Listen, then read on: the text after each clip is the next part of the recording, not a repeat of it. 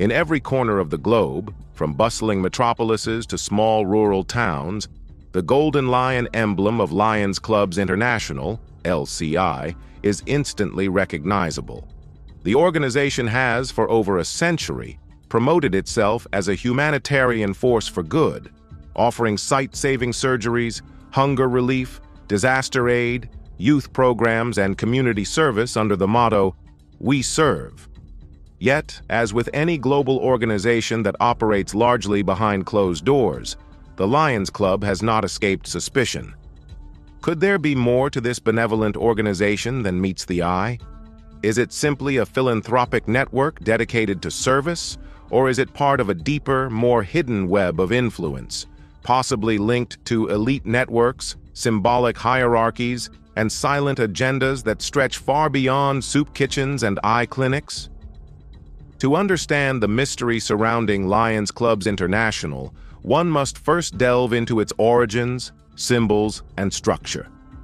Founded in 1917 by Melvin Jones, a Chicago insurance agent, the organization was born from the desire to shift business clubs from self-promotion to service.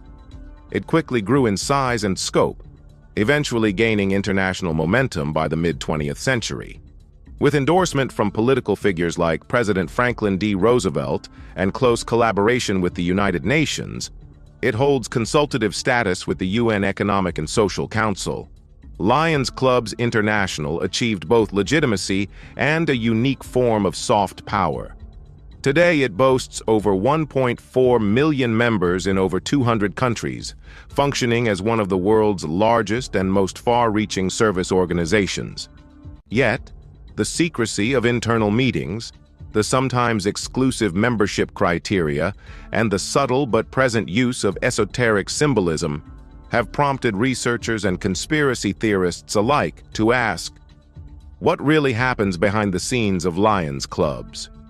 The emblem of the lions, a circle flanked by two lion heads, one looking to the past and the other to the future, bears striking resemblance to ancient and mystical symbology. Similar to the Roman god Janus, who watched over transitions and gateways, the lion's logo is said to represent pride in the past and confidence in the future.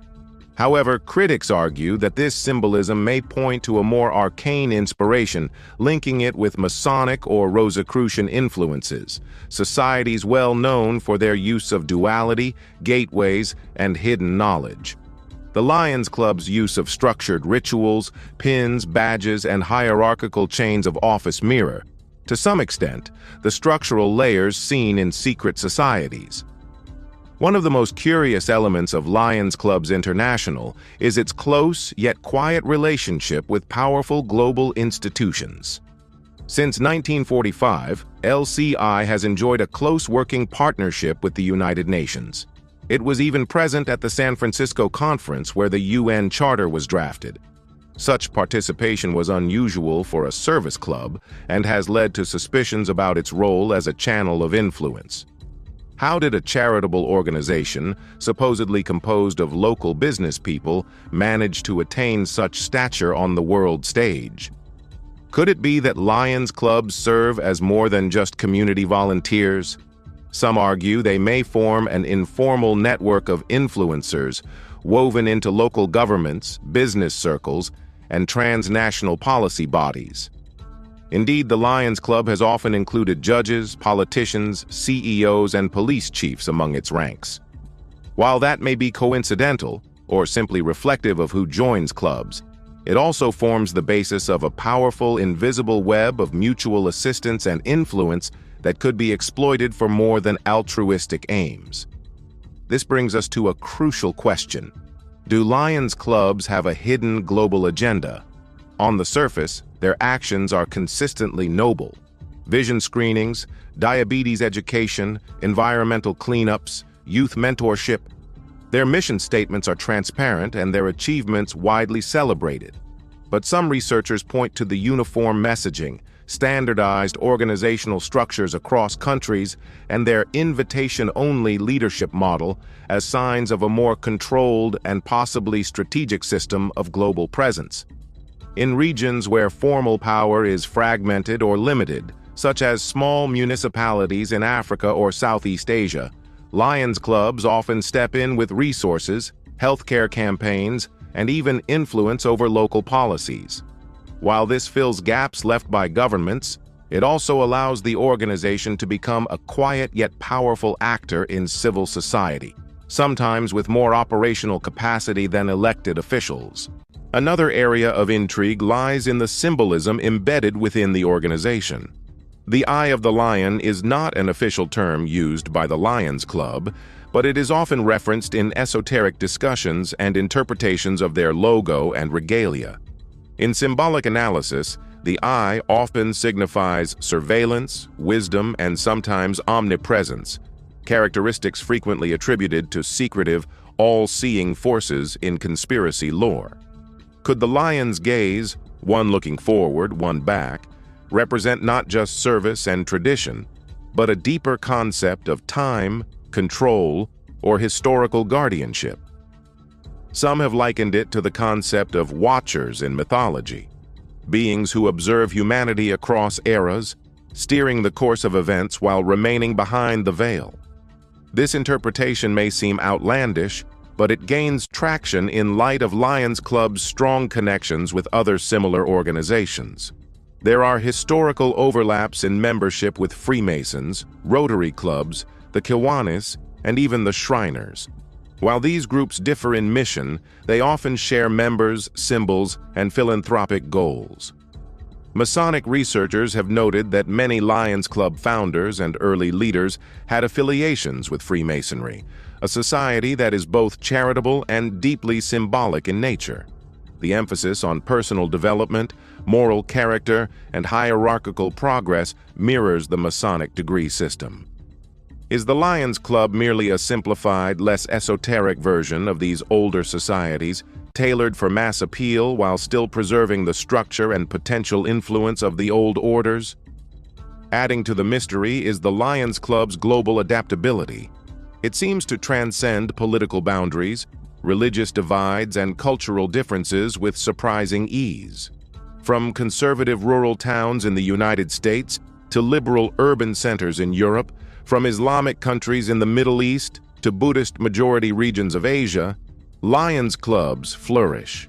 They maintain a kind of ideological neutrality that allows them to operate everywhere, while quietly embedding their values of leadership, vision, and service. But critics wonder, can any global organization really be that flexible without some kind of guiding meta-agenda or central ideology? Is the Lions Club an incubator of future global leaders, indoctrinating them into a value system under the guise of service? Furthermore, there have been scattered but persistent accusations over the decades of elite networking and undue influence. Former members have occasionally spoken about how the club served as a gatekeeping mechanism in local politics or as a good old boys club that protected its own. While this is not unique to the Lions, many clubs suffer from similar critiques. It adds to the perception that the public-facing charity is only part of the story. With access to business leaders, law enforcement, and politicians, the Lions Club in some regions becomes a miniature nexus of power, one that is not democratically accountable, yet wields considerable influence. Still, it is essential to balance speculation with facts. Most Lions Club chapters truly do engage in meaningful community service. The organization has funded millions of cataract surgeries, provided disaster relief across the globe, and empowered countless young leaders through its Leo clubs. There is no hard evidence of sinister agendas, clandestine rituals, or global conspiracies. Yet, in an era where trust in institutions is eroding, where elites are increasingly scrutinized, and where symbols are dissected for hidden meanings, it is natural for people to wonder if the world's most powerful charitable club may be playing a deeper game. So, is Lions Clubs International a benevolent front or a hidden network? Perhaps it is both. Like many institutions with long histories and layered structures, it may operate on multiple levels, offering service and community for some, while providing networking, influence, and strategic leverage for others. The truth may lie not in uncovering a single vast conspiracy, but in understanding how power, symbolism, and service can coexist, quietly shaping the world not through force or secrecy, but through networks, values, and vision. In the final analysis, the mystery of the Lions Club may not be about sinister secrets, but rather about the nature of influence in modern society. We often look for conspiracies in hidden chambers and coded messages, but perhaps the real power lies in open networks that operate silently within plain sight, using goodwill as both mission and mechanism. As with the twin lions on their emblem, we must look both to history and to the future to fully understand the enduring enigma of Lions Clubs International.